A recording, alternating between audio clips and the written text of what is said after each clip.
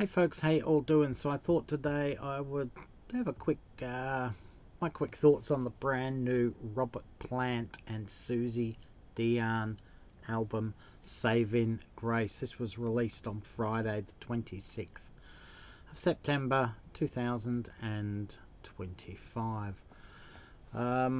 It's basically a folk album. It's a covers album.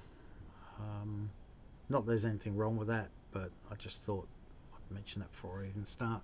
Um, I've said it before about Plant, and I'll say it again. He's no fake.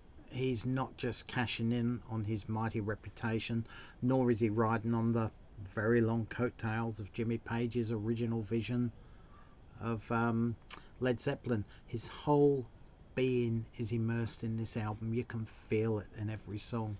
And he's one of the few statesmen of rock in advanced years whose latest offerings I have no trepidation over listening to, if you get what I mean. There's always a quality there. Like Mark Knopfler, for example, I know he's not with that age, but there's a quality with all of his material, regardless of what it is. And I find this with Robert Plant as well, so well done, Mr. Plant. Now, the album is a collection of carefully curated and executed songs, all cover versions.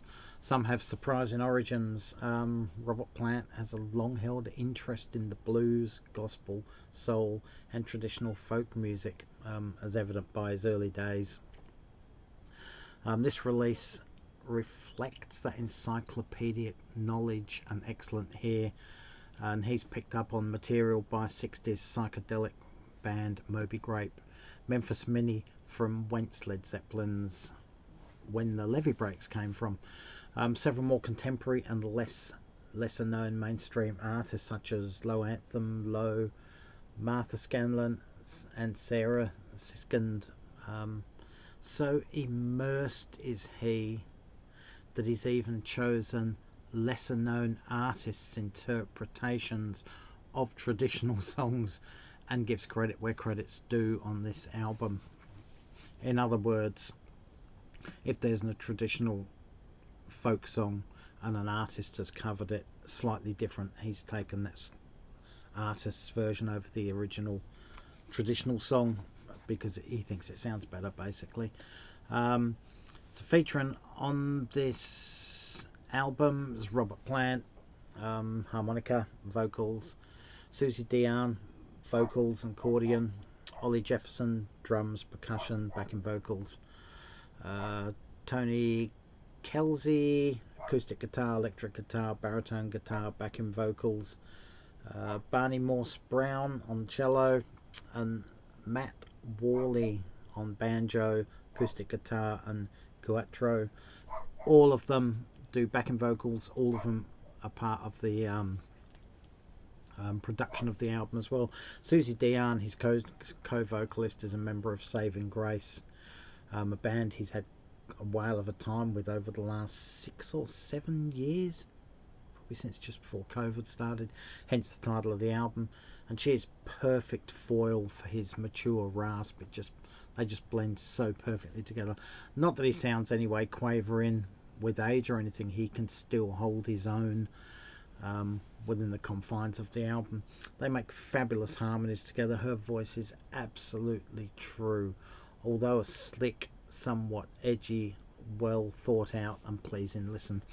The album cover and a few of the visuals remind me of Altamara. I think that's the album's name. Altamira. I can't remember what it is exactly.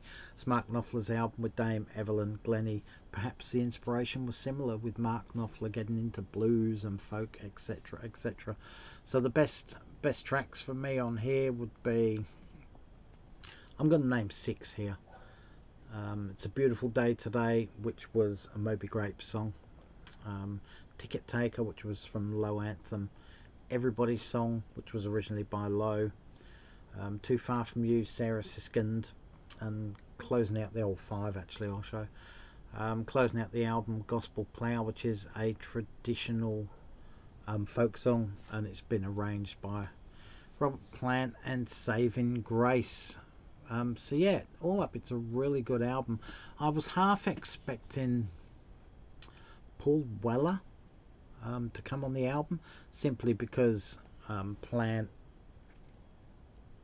appeared on Paul Weller's Find El Dorado album from earlier this year. I just sort of expected them to do a tit for tat. I was on your album, you're on my album, because they're both very similar in a lot of ways. They're covers albums, they're very acoustic, they're very folky and bluesy folk at the same time. I just thought they would have worked well together again, seeing as they worked well on Paul Weller's album.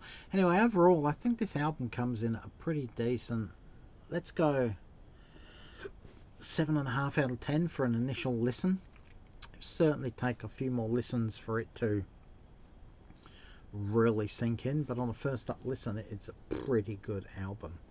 So if you like sort of folky type stuff or traditional folk songs, go and give this album a listen. You might be pleasantly surprised with Robert Plant's vocals on this album. He's done a really good job. As I said, for his age and everything, he's done really well. So if you know this album, or I've encouraged you to go and listen to it, maybe